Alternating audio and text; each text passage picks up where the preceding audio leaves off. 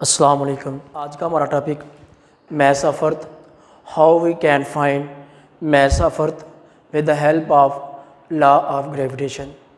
हम law of gravitation को इस्तेमाल करते हुए ज़मीन का मैथ्स कैसे मालूम कर सकते हैं वो आज हम सीखेंगे।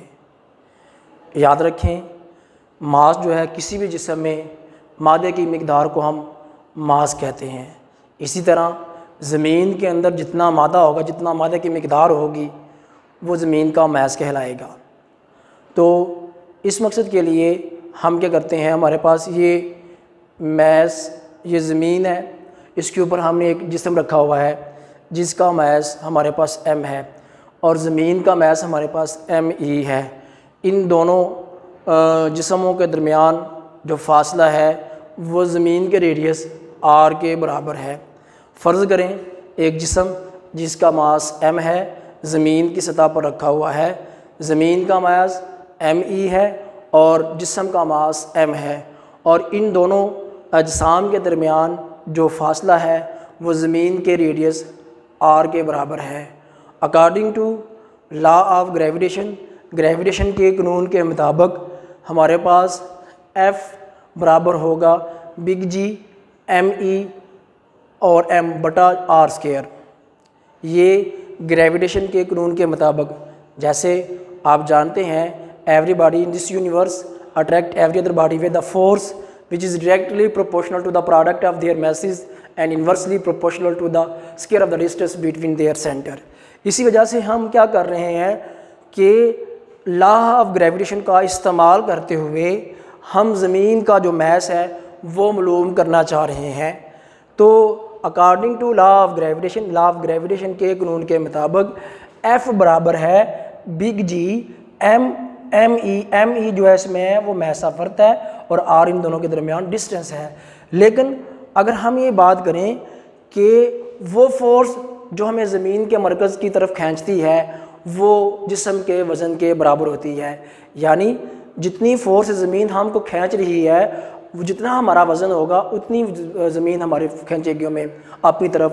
लिहाजा फिर हम कह सकते हैं F बराबर है W बराबर है mg, यानी ये वो फोर्स है जिसकी वजह से ज़मीन हमें अपने मरकज़ की जानब खींच रही है।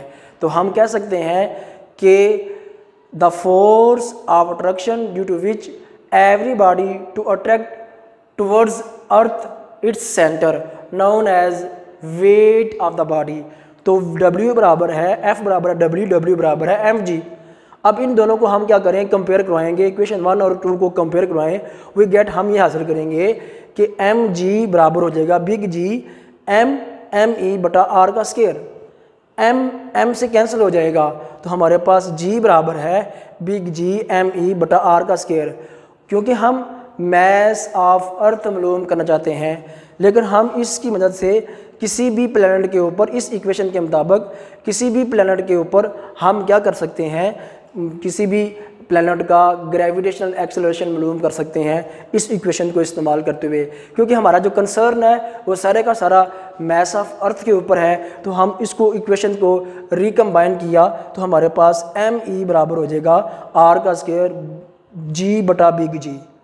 अगर हम क्या करें, वेयर R हमारे पास ये है 6.4 × 10⁻⁶ मीटर, G हमारे पास है 10 मीटर पर सेकंड स्क्वायर और G हमारे पास बिग G जो है 6.673 × 10⁻11 न्यूटन मीटर स्क्वायर पर किलोग्राम स्क्वायर।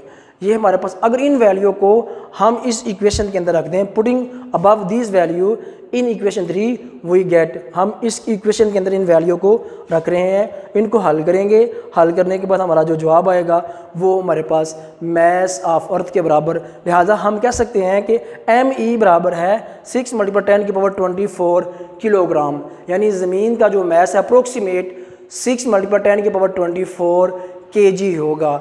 इसी तरह याद रखें, आप जानते हैं कि मैस जो होता है वो हर जगह एक जैसा होता है, लेकिन जो वेट जो होता है वो मुख्तलिफ होता है। जैसे जैसे हम बुलंदी की तरफ जाएंगे तो जी की कीमत कम होती जाएगी, क्योंकि जितना हम ज़मीन के मरकज़ से दूर जाएंगे जी की कीमत उतनी कम होगी और हमारा जो वज़न होगा उतना ही कम होगा। क्यों?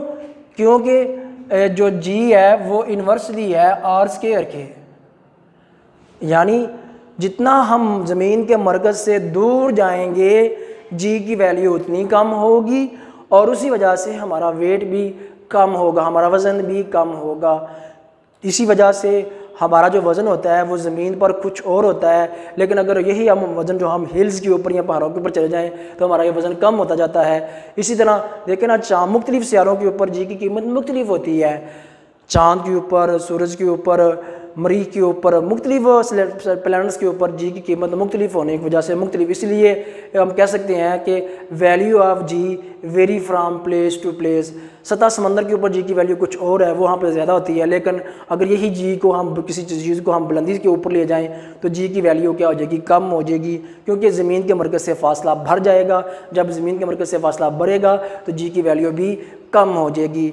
अगर इसके मतलब आपको कोई भी सवाल हो, क्वेश्चनिंग हो, तो आप हमारे लिंक से रब्ता कर सकते हैं। अस्सलाम वालेकुम व रहमतुल्लाह।